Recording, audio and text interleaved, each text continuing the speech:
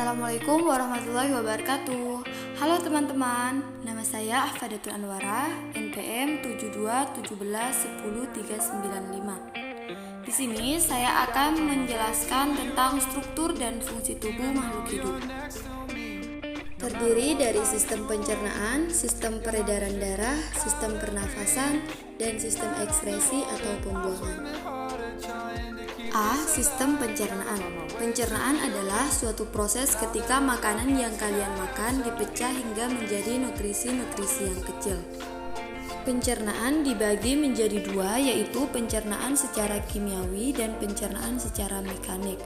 Pencernaan secara kimiawi adalah pengolahan makanan yang dibantu oleh suatu zat kimia yang disebut enzim. Sementara pencernaan mekanik adalah proses pemecahan makanan menjadi bentuk yang lebih kecil. Pencernaan mekanik biasanya terjadi di dalam mulut dan lambung serta melibatkan pergerakan fisik yaitu otot. Sementara pencernaan kimiawi terjadi di beberapa bagian dalam sistem pencernaan, seperti di mulut, lambung, dan usus halus. Di dalam lambung juga ada enzim yang membantu mencerna makanan yang kalian makan secara kimiawi. Enzim tersebut adalah enzim pepsin yang merubah protein menjadi asam amino. HCl yang membantu kerja enzim pepsin dan juga bertugas membunuh kuman-kuman yang masuk bersama makanan. Fungsi organ-organ pencernaan. Yang pertama yaitu mulut. Di dalam mulut terjadi proses pencernaan secara mekanik dan secara kimiawi. Gigi dan lidah berperan dalam proses pencernaan secara mekanik. Gigi berfungsi untuk memotong, mengoyak, dan mengunyah makanan menjadi bagian-bagian kecil.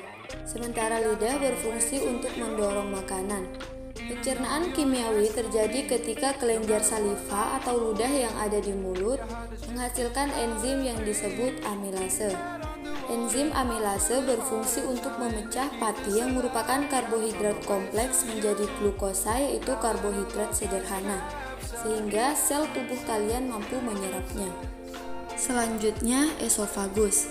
Di bagian belakang mulut kalian terdapat dua saluran. Yang pertama adalah yang menuju saluran nafas, yang disebut dengan tenggorokan dan berfungsi membawa udara ke paru-paru.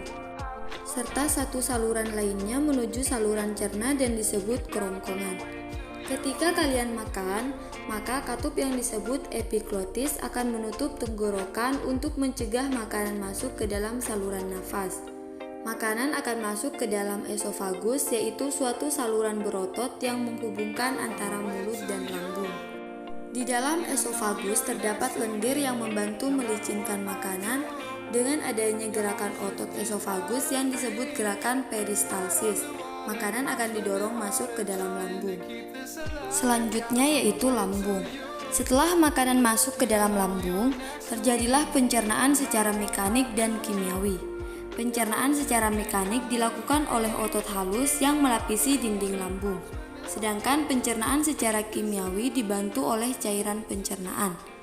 Cairan pencernaan ini mengandung enzim pepsin yang mencerna protein menjadi asam amino. Cairan pencernaan juga mengandung asam klorida yang membunuh kuman-kuman yang masuk bersama makanan yang kalian makan. Makanan yang telah dicerna disimpan sekitar 2 jam atau lebih di dalam lambung. Pada saat berada dalam lambung, bentuk makanan kalian adalah berupa cairan kental. Selanjutnya usus halus. Tahukah kalian bahwa usus halus kalian panjangnya sekitar 6 meter? Tetapi diameternya hanya sekitar 2-3 cm. Oleh karena itu disebut sebagai usus halus atau usus kecil. Di tempat inilah terjadi proses pencernaan kimiawi paling lama di antara organ-organ pencernaan lainnya. Ketika sampai ke dalam usus halus, makanan kembali dicerna secara kimiawi. Hati dan pankreas mengirimkan zat-zat kimia untuk membantu proses pencernaan tersebut. Hati membuat empedu yang berfungsi untuk memecah lemak yang kita makan menjadi butiran-butiran kecil.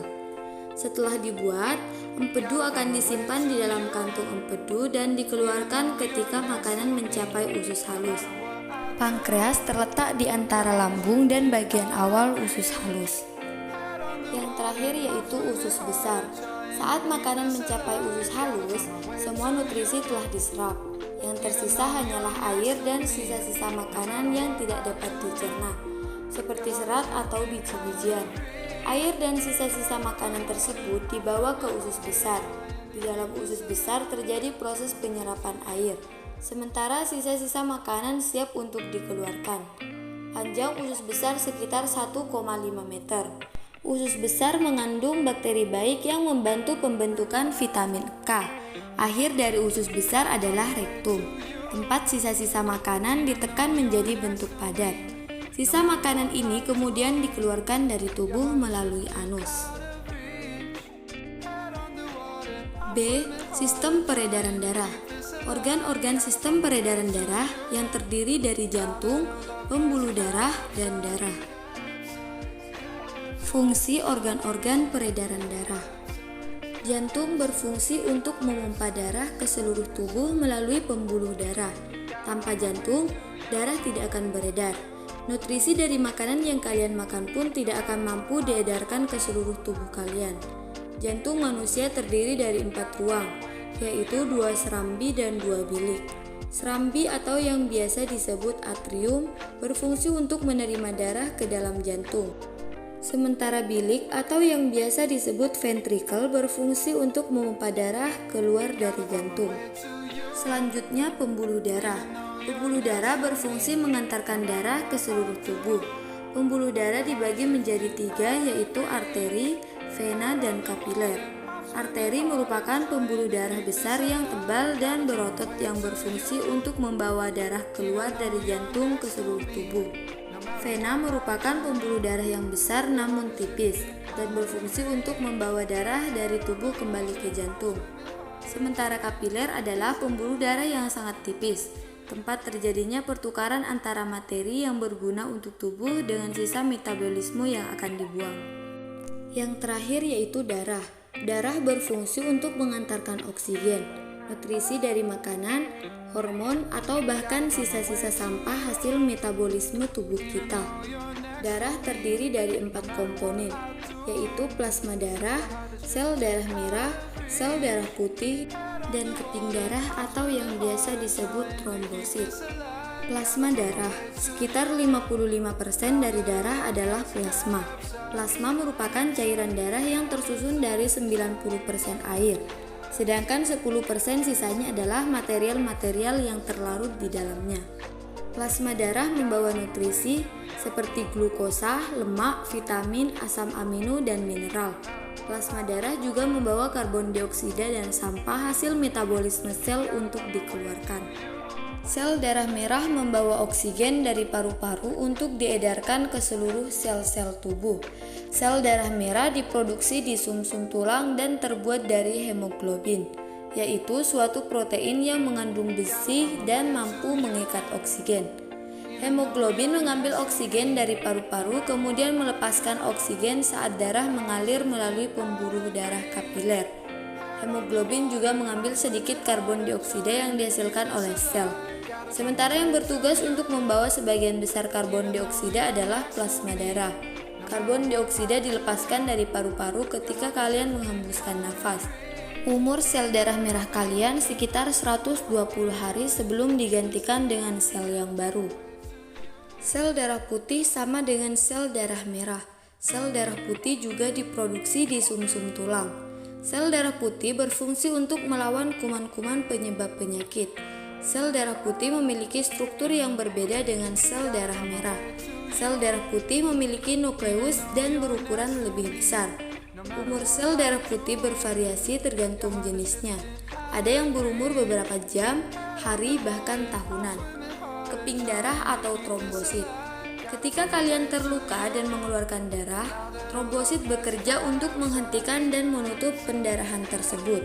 Trombosit mengeluarkan cairan kimia yang memproduksi protein dan disebut fibrin. Fibrin akan membentuk jaring-jaring di sekitar luka kalian dan menutupnya. C. Sistem pernafasan. Yang pertama yaitu hidung. Udara masuk ke dalam tubuh melalui hidung dan mulut. Rambut-rambut di dalam hidung berfungsi untuk menangkap partikel-partikel besar yang masuk bersama dengan udara yang kita hirup. Udara kemudian masuk ke dalam rongga hidung. Sel-sel di dalam rongga hidung menghasilkan mukus atau lendir yang berfungsi untuk melembabkan udara serta menangkap lebih banyak partikel yang masuk. Selanjutnya, faring, laring, dan trakea. Setelah dari hidung, udara akan menuju faring atau tenggorokan. Baik hidung dan mulut terhubung dengan faring. Jadi, udara dan makanan masuk ke dalam faring. Dari faring, udara bergerak ke laring. Di dalam laring terdapat pita suara, tempat penghasil suara. Udara kemudian bergerak menuju trakea. Ketika kalian sedang menelan makanan, maka trakea akan tertutup oleh epiglotis, sehingga makanan tidak masuk ke dalam saluran nafas. Sel yang melapisi trakea memiliki silia, yaitu rambut-rambut halus yang memiliki gerakan seperti menyapu. Silia berfungsi untuk menyaring udara yang masuk agar kotoran tidak masuk ke dalam paru-paru. Silia akan mendorong lendir yang telah menangkap kotoran-kotoran yang masuk dari trakea ke faring. Kemudian dengan cara batuk, maka kotoran tersebut akan terlontar keluar. Yang terakhir yaitu bronkus dan paru-paru. Setelah dari trakea, udara akan menuju bronkus kiri dan kanan, kemudian menuju paru-paru. Paru-paru adalah organ utama dari sistem pernafasan. Di dalam paru-paru, bronkus bercabang-cabang menjadi bagian-bagian yang kecil, dan di ujung cabang kecil tersebut terdapat kantong-kantong kecil yang berbentuk seperti anggur. Kantong-kantong kecil ini disebut alveoli atau jamak alveolus. Alveoli diselimuti oleh pembuluh darah kapiler, dan disinilah tempat pertukaran gas antara oksigen dengan karbon dioksida. D. Sistem ekskresi atau pembuangan,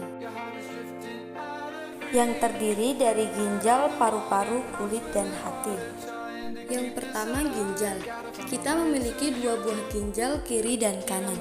Ginjal berfungsi untuk menyaring darah dengan cara membuang urea dan sampah metabolisme dari dalam darah dan mempertahankan zat-zat yang masih dibutuhkan oleh tubuh. Sampah-sampah atau zat sisa ini dibuang melalui urin. Urin mengalir dari ginjal menuju saluran yang bernama ureter. Ureter membawa urin dan menyimpannya di kandung kemih, sampai saatnya urin dilepaskan melalui uretra. Selain menyaring darah, ginjal juga berperan untuk mengatur banyaknya air dalam tubuh kalian. Hal ini diperlukan agar kondisi tubuh bagian dalam kalian seimbang atau disebut homeostasis. Urin yang terbentuk pun membutuhkan air. Tubuh memiliki cara untuk menjaga jumlah air agar seimbang. Di hari yang panas, ketika tubuh kalian berkeringat dan kalian tidak banyak minum, maka urin kalian akan sedikit dan sangat pekat. Sementara di hari yang dingin, kalian akan sering buang air kecil dengan volume urin yang cukup banyak. Selanjutnya, paru-paru, kulit, dan hati.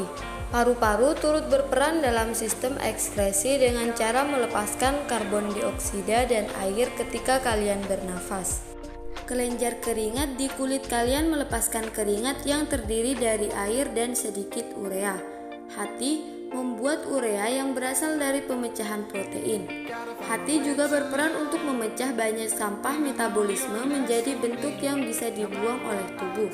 Sebagai contoh, hati memecah sel darah merah yang sudah tua agar dapat membentuk sel darah merah yang baru. Sekian dari saya, semoga bermanfaat. Terima kasih.